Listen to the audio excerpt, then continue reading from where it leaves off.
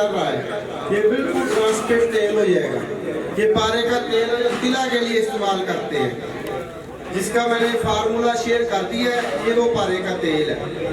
ये गंधक अहमर है जी, जो चांदी की हीट में मेल्ट होती है और धातु को काला नहीं करती, सुनहरी करती है।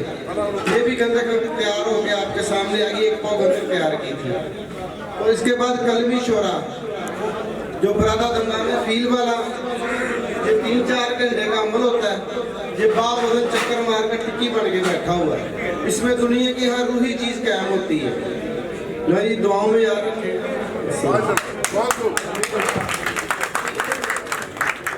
चल रहा है, ये बिल्कुल ट्रांसपेरेंट तेल हो जाएगा।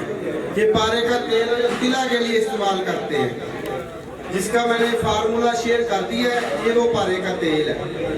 ये गंधक अहमर है जी, जो चांदी की हीट में मेल्ट होती है और धातु को काला नहीं करती, सुनहरी करती है। ये भी गंधक तैयार हो गया आपके सामने आगे, 1 पाव गंधक तैयार की थी।